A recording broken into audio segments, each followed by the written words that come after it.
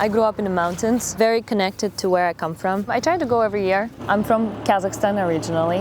My mom is a doctor. I've always watched my father build a business. Family of 2 girls. I'm an oldest daughter. Growing up, we always had a seat at the table. We always have been asked what we think. I'm very grateful for my parents to instill the values they did in me. Whenever there would be any kind of challenge or adversity, my dad would have this thing, he would say, it's okay, it's gonna make you a little wolf.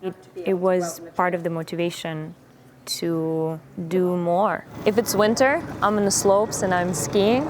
The summertime, I come find the horses. Horse munching the hay. Sound of peace. As long as I can remember myself, I've always been around horses. It started as a passion project of my father's. We breed a Haltiki horses. They've been around for over 3,000 years. It started out as a passion project to help save and preserve the breed, turned into one of the largest stud farms of the purebred Haltiki horses in the world. How old is she? Kyla is in her teens, I believe. She's a boarder. Oh, wow.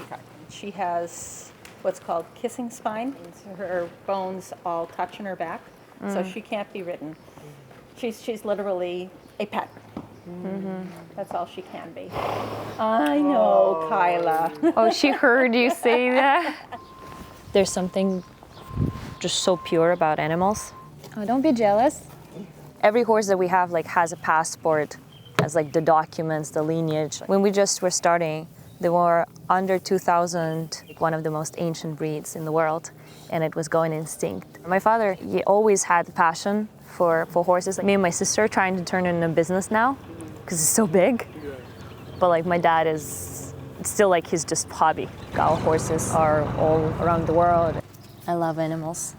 It's a weird horse. Look, she got a nice little huntress. I'm not gonna take it. My life has cats and dogs and horses, peacocks. Animals is just always a big part of my life. Hi. All right, Whiskey, let's go. It's my happy place.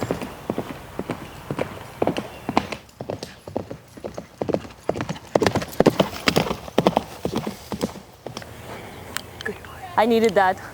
It's a different kind of joy. All right, let's go home. Let's have some dinner. It's the closest you can get to the feeling of flying when you're in the back of the horse. Are you?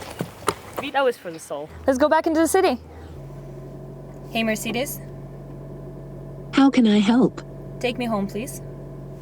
I am calculating the route. We are in South End. It's a very historical area of Boston. It has a beautiful mix of old Victorian buildings and so much history in it. And at the same time, it's such a fast-growing neighborhood with new restaurants and bars and cafes popping up, and just a really cool vibe. The whole skyline.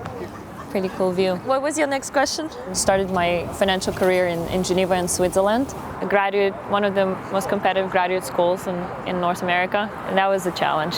It was the freedom that was very attractive to me. I've never seen my father work 9 to 5. I've never seen him ask for anybody's permissions to do things.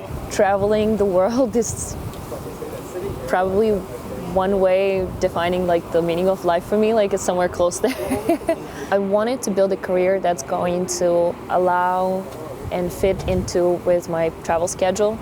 Building my own business and being able to have that freedom to write that story now is why I work hard. I wasn't confident with how it's gonna look like. Of course it was scary, starting something completely different and new. I'm more an outgoing introvert. Talking to strangers was very outside of my comfort zone. You have to get very comfortable being uncomfortable. Having business in Puerto Rico or in Texas or Boston, I've never done anything like this before. I had to work really, really hard. I'm a very competitive person. So I set very high marks for myself in learning how to be patient with myself. Wanted to learn operational side of the business, how to become an entrepreneur. And I also was looking to challenge myself and see what I can build on my own. In 1 year, I built $1 million business. And now I get to have a privilege to coach and mentor others to build their businesses. It's not an instant gratification.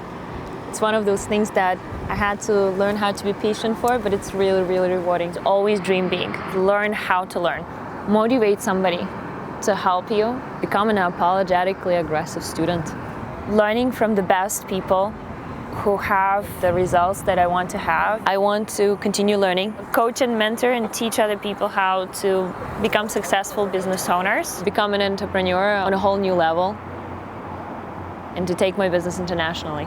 The most important thing that you have, that nobody can ever take away from you, is your story. Things come and go, and people come and go, and we're all writing our stories now. Your story is that what matters. Money is just tools to help you reach your goals. Just running a business, becoming an owner wasn't the goal, it was the beginning.